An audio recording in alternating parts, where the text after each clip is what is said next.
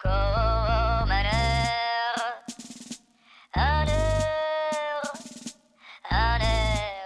de révolution. Je m'appelle Ignati Nordine, agent SNCF depuis 19 ans. Et donc, comme vous parlez, on doit effectivement des retraités chez nous. Et la discrimination, il ne faut pas oublier, avant toute chose, avant de parler de moi, je voulais vous dire que moi-même, je me suis occupé de la retraite de mon père qui travaillait pour les deux plus grosses boîtes de France, qui est Fougerolles et Bouygues. Et quand je me suis occupé de sa retraite, effectivement, il touchait moins que ses collègues qui étaient français, alors qu'il avait cotisé tout autant qu'eux. Tout simplement parce qu'il y a une loi en France qui dit que celui qui n'a pas de carte d'identité française ne touche pas la même retraite à salaire égal et à cotisation égale. Donc déjà, c'est un premier choc. Sous Sarkozy, déjà, ils avaient demandé de retirer cette loi qui n'a pas été retirée par différentes organisations d'élude de discrimination, et c'est toujours en vigueur d'ailleurs. Et Redouane nous parlait de justice aussi. Il faut savoir qu'en Europe, on est l'un des pays les plus riches qui a le plus petit budget de justice. Ce n'est pas pour rien que Bobigny a porté plainte contre l'État les personnes ont porté plainte contre l'État et la justice pour délit de justice. Tout ça est fait exprès, c'est une organisation, comme expliquait Saïd.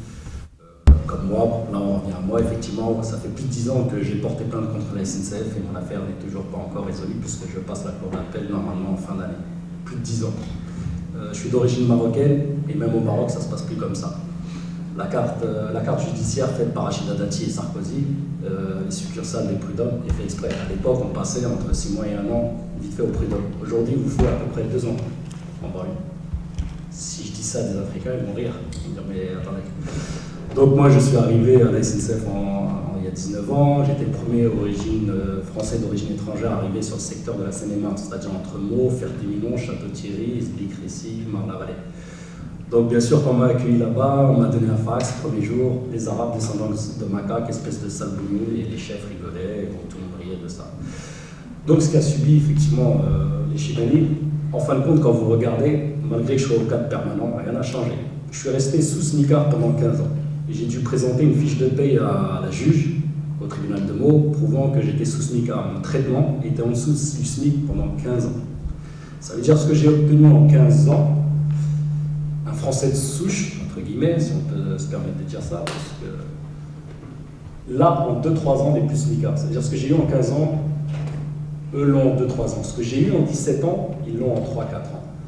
Ça veut dire que même ce que disait Redouane, pour arriver au cadre de maîtrise, c'est-à-dire la qualif D, ça se trouve, je ne l'aurai jamais pendant toute ma carrière. Donc, ce qui en découle, bien sûr, c'est que ma famille en a un petit, j'ai jamais pu déménager, j'ai jamais pu avoir un confort que mes collègues ont en quelques années.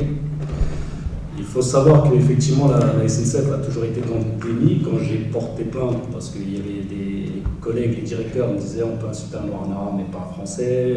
Il y a eu, à l'époque, on faisait des cartes familles nombreuses dans les gares. Donc il fallait mettre un agent de sécurité du matin au soir pour accompagner les collègues, parce qu'à chaque fois, il y avait Salarab, ça noir, Salarab, ça noir. Donc effectivement, pendant tout ce temps-là, je me suis battu tout seul, à l'époque. J'ai porté plainte au tribunal de Meaux en 2007. Donc ça fait là 11 ans maintenant. Donc forcément, la SNCF m'a attaqué parce que j'ai dénoncé les fax racistes et islamophobes qui circulaient déjà à cette époque-là entre les gares. On est venu me voir en proposant 10 400 € pour abandonner même ma plainte et partir ailleurs, ce que j'ai refusé bien sûr. Et on avait essayé 2 fois de me licencier, même par biais médical. Alors que je travaillais, on m'a envoyé une lettre disant vous allez être réformé par biais médical. Alors que je travaillais et que j'étais passé dans la maison du travail. Il faut savoir qu'en fin de compte, entre les Chibani et moi, je ne vois pas de différence, si ce n'est la victoire. Mais en fin de compte, vous voyez bien que malgré qu'on ait déjà subi, moi j'habite à la ville de Meaux, vous connaissez un peu le maire, et un peu ce qui s'y passait, les tribunaux aussi d'ailleurs, dont les avocats dénigrent bien le tribunal et l'état d'esprit qu'il y a dans cette ville. C'est-à-dire, bien sûr, nous on est nés issus de l'immigration, on est nés en France, les grands frères étaient réjouissants, donc effectivement on a subi cette grosse discrimination. Je pense que c'était passé.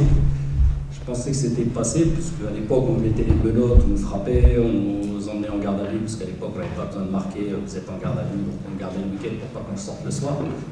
Dont le film qui était sorti, Masté va craquer, c'est venu après. Je pensais que c'était passé, mais en rentrant à la SNCF, je me suis bien trompé. Et je vois que rien n'a changé, puisque même les rapports de la HAL, maintenant les défenseurs des droits, prouvent que chaque année, il y a eu à peu près plus de 20% d'actes racistes et islamophobes en plus, chaque année. Je pense que face à des sociétés comme la SNCF, qui ont le pouvoir, les pouvoirs et l'État avec, ça prouve bien que rien ne change et rien n'a changé. Les Chibani, eux, en fin de compte, moi-même, malgré que je suis français et né en France, on ne m'accepte pas et on ne m'acceptera pas. Ça veut dire que malgré mon combat et malgré ce qu'on fait, les premières victimes qu'on avait trouvées déjà avec Robin à l'époque, quand moi j'avais porté plainte, étaient restées dans l'isolement. Effectivement, ce qu'on vous apprend à la SNCF, quoi qu'il vous arrive, ne portez pas plainte parce que vous perdrez. Donc c'est de l'intimidation déjà, dès le départ, sans que vous ayez quoi que ce soit. Donc effectivement, on a vu qu'il y avait énormément de cas d'islamophobie et de discrimination, dont des collègues à nous ont été licenciés. Après avoir porté plainte, il y en a, comme moi, qui ont été licenciés aussi par médical, alors qu'ils n'avaient pas de raison d'être licenciés. Bon, ils ne se sont pas battus. Effectivement, la stratégie de la justice qui est très dure. On sait que ça va être long, on sait que ça va être difficile, et vous allez payer, votre famille va payer aussi. Parce que votre morale, effectivement, on parle de psychologie. Psychologiquement, c'est très difficile. C'est une très grosse épreuve. Il faut savoir que vous combattez un très gros mur et qu'il faut l'escalader. Maintenant, la SNCF reste dans le pays. Elles ont même encore, là, il m'arrive un incident, ils sont dans la stratégie où quand vous êtes victime, vous devenez agresseur.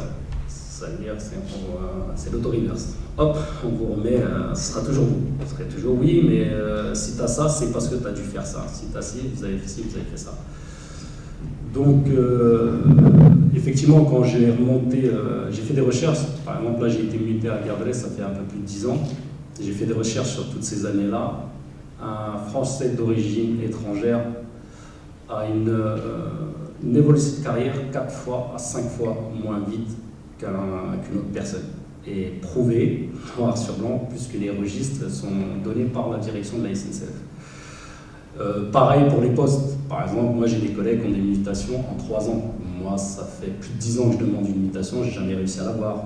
Les grades, les primes, les différentes primes qu'on peut avoir dues aux objectifs atteints ou quoi que ce soit. Donc, en fin de compte, ces entreprises-là qui devraient avoir une certaine exemplarité ne l'ont pas du tout, au contraire, parce que j'ai déjà travaillé dans le privé, j'ai été mieux traité dans le privé que dans le public. J'ai jamais été insulté de sale arabe ou sale musulman quand je travaillais dans le privé. Et je pense que l'État couvre ces entreprises-là. Je pense que pour avoir fait des recherches, je pense que je peux le dire haut et fort et clairement que la SNCF doit avoir le plus de procès pour discrimination et islamophobie à tout genre, tout confondu, c'est-à-dire handicap, femmes, discrimination raciale et autres. Je pense que, bon, pour en conclure, le combat n'est pas terminé, et puis qu'il faut remobiliser les personnes, et puis à travers effectivement ce qu'on dit par rapport à l'état psychologique des agents chez nous, il y a un énorme travail à faire et d'encouragement pour ne pas baisser les bras et porter plainte. Et comme je dis, effectivement, chez nous à la SNCF, effectivement, on a été discriminé direct, indirectement et insulté. Je pense qu'à travers ça, les premiers responsables, c'est nous, en ne faisant rien, même si on a été insulté et discriminé. Voilà.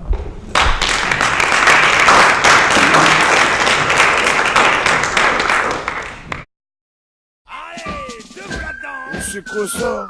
Debout là-dedans.